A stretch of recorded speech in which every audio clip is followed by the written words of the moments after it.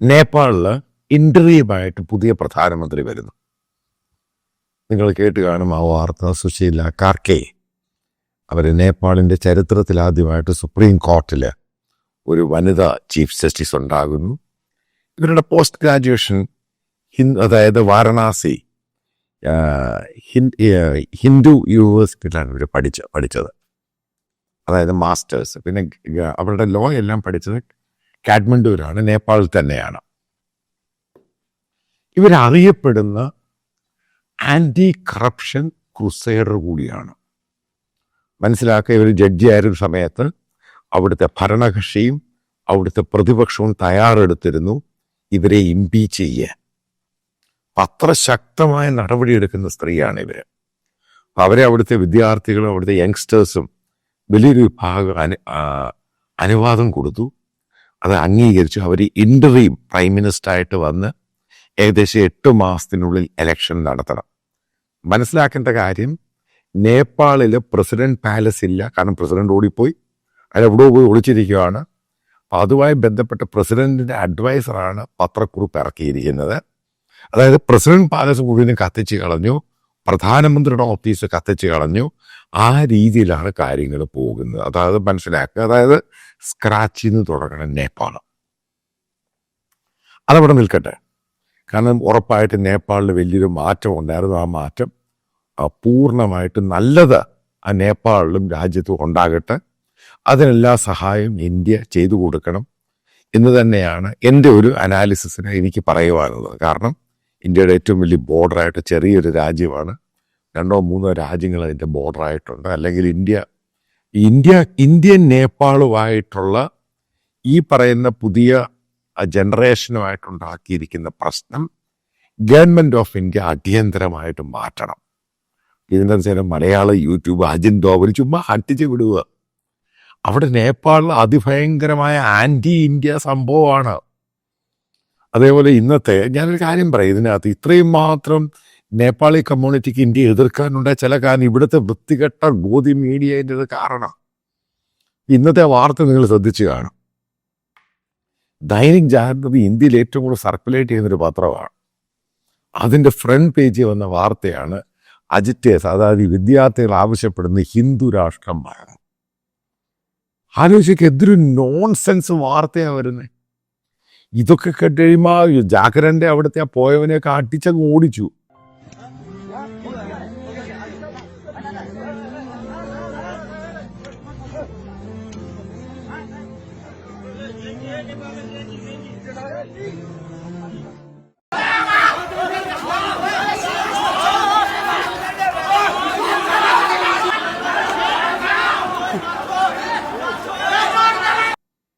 നിങ്ങൾ കണ്ടു കാണും മറ്റേ റിപ്പബ്ലിക് ചാനലിൻ്റെ നോൺസെൻസ് മാത്രമാണ് ഇവർ പറയുന്നത്. എല്ലാം ഫാബ്രിക്കേറ്റഡ് വാർത്തയാണ്.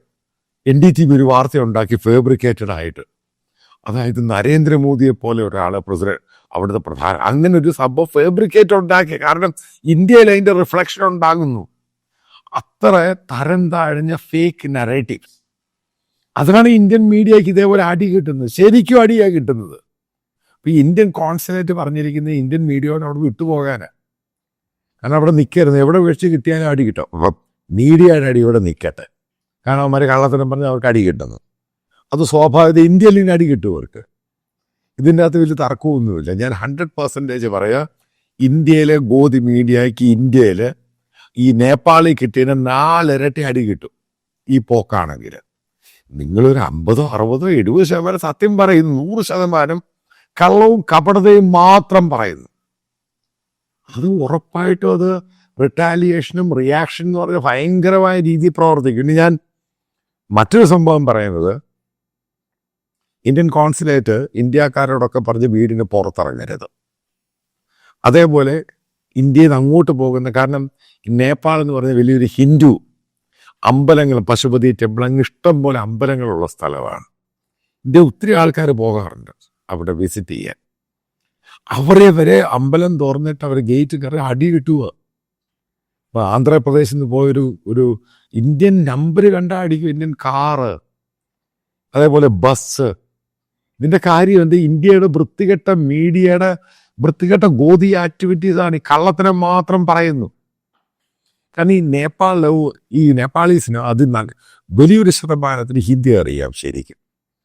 കാരണം അവരുടെ മാതൃഭാഷ നേപ്പാളിയാണ്. ഹിന്ദി എന്ന് പറഞ്ഞാൽ എല്ലാവർക്കും അറിയാം. ഇന്ത്യയുടെ ഭാഗമായിട്ട് നിന്ന് കഴിഞ്ഞ നേപ്പാള്. പിന്നെ നേപ്പാൾ എന്ന് പറഞ്ഞാൽ അത്രയും ഈ ഉണ്ടാകാൻ കാരണം ഈ മോദി വന്ന ശേഷം പുള്ളിയുടെ ചില പോളിസീസ് ഇതിന് വലിയ കാരണമായി. അതിനകത്ത് ഒന്നാമത്തെയാണ് ഇന്ന് ഈ ഗൂർഖ റെജിമെന്റ് എന്ന് പറയുന്ന റെജിമെന്റ് ഉണ്ട്. ഏകദേശം 60,000-65,000 പേരുണ്ട് ഗൂർഖ റെജിമെന്റിൽ.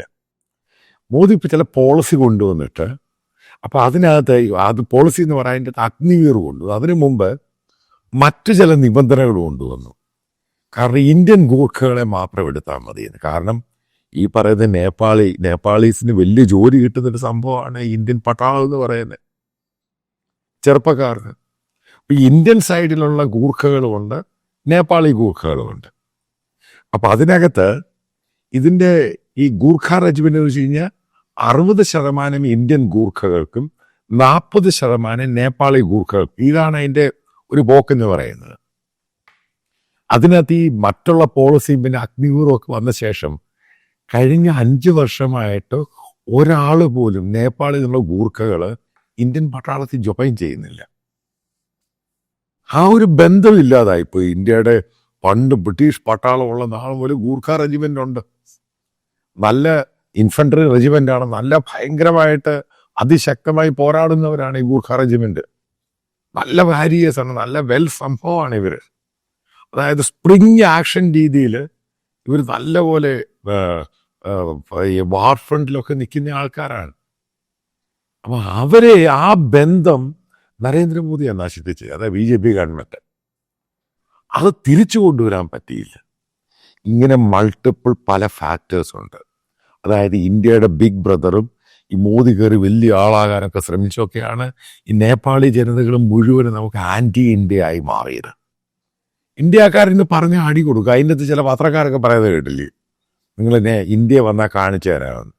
അപ്പോഴവിടെ വെച്ച് അടി കൊടുക്കും ആൾക്കാർക്ക്. അതായത് മനസ്സിലാക്കേണ്ടത് നമ്മൾ ഒരു നീതിബോധം എന്നൊരു സംഭവമുണ്ട് നമ്മുടെ അയൽക്കാരോടാണെങ്കിൽ ആ ജനതയോടും.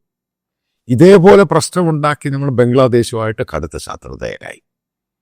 കാരണം നമ്മൾ അവിടുത്തെ പൾസൊന്നും മനസ്സിലാക്കി. ഇവിടെ ഗവൺമെൻറ് കാണിച്ചൊരു പോസിറ്റീവ് സംഭവമുണ്ട്. അതായത് നേപ്പാളിലെ ഗവൺമെൻറ്റിനെ അനുകൂലിക്കാനൊന്നും പോയില്ല. അത് പോയിരുന്നെങ്കിൽ വലിയ പ്രശ്നമായി മാറിയേനെ. ഇപ്പം ഞാനൊരു കാര്യം ചോദിക്കട്ടെ, നേപ്പാളിലെ ഇന്ത്യക്കാരെ ഇപ്പോൾ ഉപദ്രവിക്കുക, ഇന്ത്യൻ പത്രക്കാരെയൊക്കെ അടിക്കുന്നത് അവിടെ മുസ്ലിങ്ങളാണെന്ന് അല്ല, നേപ്പാളി ഹിന്ദുക്കൾ. മനസ്സിലാക്കേണ്ട സംഭവമുണ്ട്. ഇന്ത്യക്ക് നേപ്പാളുമായി ശത്രുതയിൽ പോകാൻ പറ്റില്ല, ഒരു കാരണവശാലും പറ്റത്തില്ല.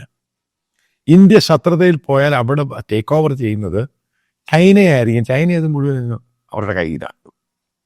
മറ്റൊരു ശത്രു രാജ്യം ഉണ്ടാകുന്നത്.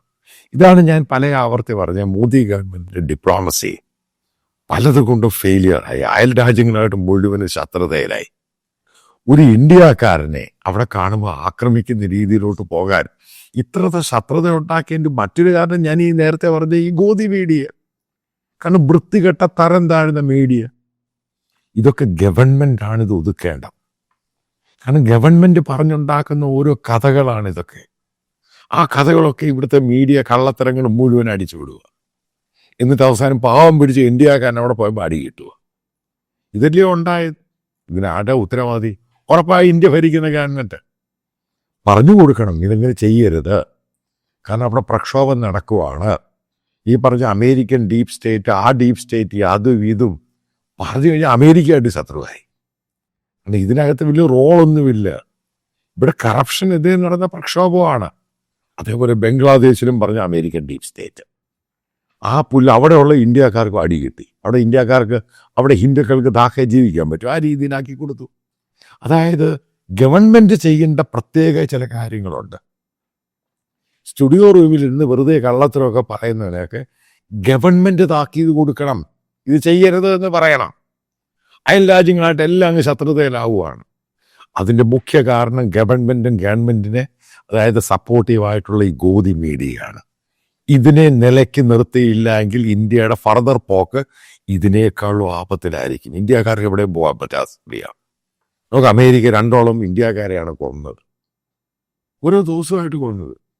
ഇതേപോലെ കാനഡയിലും ഉണ്ടാകും, ഇതേപോലെ ഓസ്ട്രേലിയയിലുണ്ടാകും. ഇവിടെയാണ് ഗവൺമെൻറ് പഠിക്കേണ്ട ചില പാഠങ്ങൾ. നമുക്ക് ശത്രുതയെ പോകാൻ പറ്റത്തില്ല. ഇന്ത്യക്കാർ ലോകം മുഴുവനുണ്ട്. നേപ്പാളിൽ അവിടെ ബിസിനസ്സും ജോലിയൊക്കെ ചെയ്ത് പല ആൾക്കാർക്കും പേടിയായി.